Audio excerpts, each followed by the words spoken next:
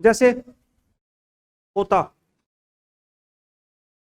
दादाजी को कहता है कि हे दादाजी बैच स्टार्ट हो चुके हैं, मेरे को जाना है, क्योंकि दादाजी मुखिया है। तो दादाजी कहते हैं पोते को कि बता तेरे को कितना पैसा चाहिए। तो पोता कहता है कि देखो, एक तो मैं कोचिंग इंस्टीट्यूट में जमा कराऊंगा फीस 50,000 रुपए की।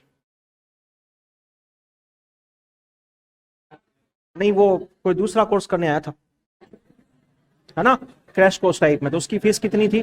50,000 रुपए की। Don't catch the words, catch the feelings. ये तो हो गए फीस के पैसे। कमरा किराए पे लेके रहूंगा, 10 महीने तक का कोर्स चलेगा, तो 7,000 रुपए के हिसाब से 70,000 रुपए क्या दे दो आप, रूम रेंट। उसके बाद में मेरे को कुछ ड्रेस वगैरह भी लेनी पड़ेगी। ऑनलाइन लेता तो कोई दिक्कत नहीं है, 10 महीने तक एक ड्रेस में काम चला लेता।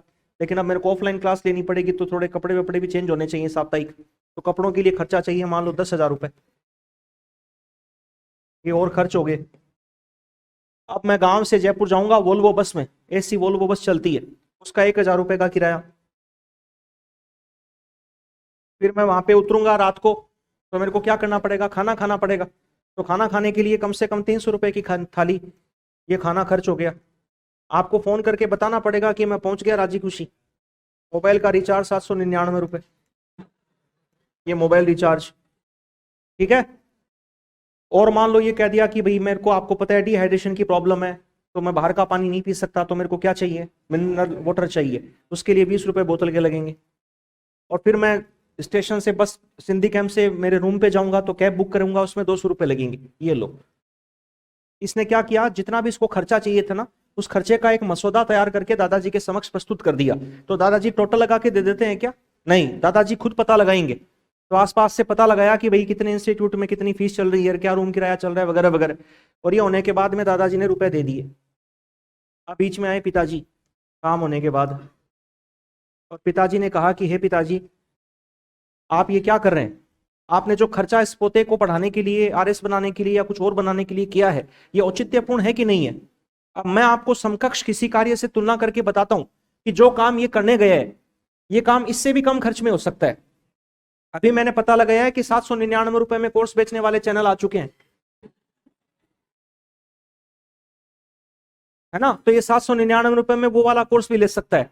यूट्यूब पे कुछ कई सारे ज्ञान की बातें पढ़ी हैं। पड़ोसी जो है वो इसी से पढ़ रहा है और पढ़ के प्री पास कर चुका है, और इनसे अभी तक प्री पास भी नहीं हुआ, 3 अटेम्प्ट हो चुके हैं। ऑनलाइन में बढ़िया पढ़ाई हो सकती है। जितना ये खर्चा मांग रहे हैं उससे अच्छा तो इनको लैपटॉप ला के दिया जा सकता है, और लैपटॉप से ये क्या कर सकते हैं, अच्छे से ऑनलाइन स्टडी कर सकते हैं। ये कपड़े वपड़ों का खर्चा कोई जरूरी नहीं है। इनके बड़े भाई साहब के कपड़े हैं, दोनों की हाइट क्या है, सेम है। ये कपड़े वो चाहें तो वो भी यूज कर सकते हैं। ये कपड़े का खर्चा भी फर्जी खर्चा है। पड़ोस का जो छात्र है वो रेलवे में जाता है, भारतीय रेल की सेवा का उपभोग करता है। और मैंने विश्वस्त सूत्रों से पता लगाया है कि टीटी आते ही वो क्या करता है, वॉशरूम में घुस जाता है। अगले स्टेशन तक वो वॉशरूम में बैठा रहता है, टीटी को उतरना पड़ता है और उसको निकलना पड़ता है।